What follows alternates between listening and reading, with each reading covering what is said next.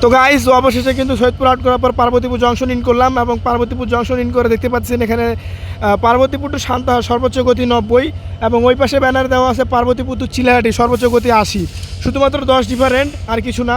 এবং এই যে সামনে রয়েছে পদ্মা সিল সিটি ধূমকেতু বনলতা এক্সপ্রেসের কোচ পুরোপুরি, এলএসবি রয়েছে, চাইনিজ রয়েছে, পিটিনগা রয়েছে, এভরিথিং। এই যে রূপসী বাংলা, এ ভাই এতে জাহানাবাদ আর রূপসী বাংলা 727 728 হয় নড়াইলের মালে পার্বতীপুর জংশনে। তো নড়াইলবাসী আপনাদের উদ্দেশ্যে একটা কথাই বলি ভাই, যে যেই বলে বলুক, বাট ট্রেন কিন্তু সৈয়দপুর দিয়ে বের হয়েছে।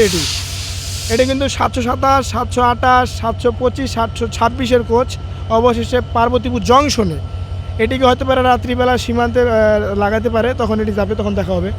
এখানে দেখার মতো কিছুই না। এই যে সামনে আমেরিকান যান 66-35 লোকোমোটিভ আছে, আর তার লগে আমরা তো রয়েছি এই পাশে। ঠাডা পড়া রোদ, এখন কিন্তু রোদ একটু বেশি বাড়ে গেছে মনে হইতেছে ভাই। এখন গন্তব্য হইতেছে সামনের দিক সোজা, যখন এখান থেকে 10টা 35-এ আউট করবে, 10টা 15-তে আউট করবে, তখন আমরা দেখতে পারবো। এবং এই জায়গাতে আমার ফ্রেন্ড সার্কেল ম্যাক্সিমামলি তারা ছবি ইউজ করতেছে, মানে ছবি তুলতেছে। 66-35 আমেরিকান জায়েন্টের সবাই ছবি তুলতেছে, আমাকেও ভাবতেছি ছবি তুলে কি না, দেখা যাক। তো আজকে কিন্তু ভিডিওটা খুব ইন্টারেস্ট হতে যাইতেছে, কারণ আজকে আমাদের সাথে রয়েছে 1 2 3 4 আমি সব 5 জন। তো ভিডিওটি সম্পূর্ণ সবাই দেখবেন এবং কে কোথা থেকে কোন জেলা থেকে দেখছেন আপনারা অবশ্যই জানাবেন। তো এই আমার সাথে যেতগুলো রয়েছে তাদের মধ্যে আলমডাঙ্গা থেকে রাজিন ভাই রয়েছে, সৈয়দপুর থেকে আমরা সবাই, সান্তার থেকে একটা রয়েছে, মানে আমরা কম বেশি সবাই আছি বাইরের।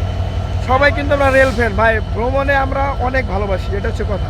তো আপনারা শুধু কমেন্ট করে জানাবেন যে কোন জেলায় যাওয়া যায় ভ্রমণের জন্য, কারণ ভ্রমণের জন্য যে জেলার অস্থির ভিউ সে জেলা না গেলে কি হয়।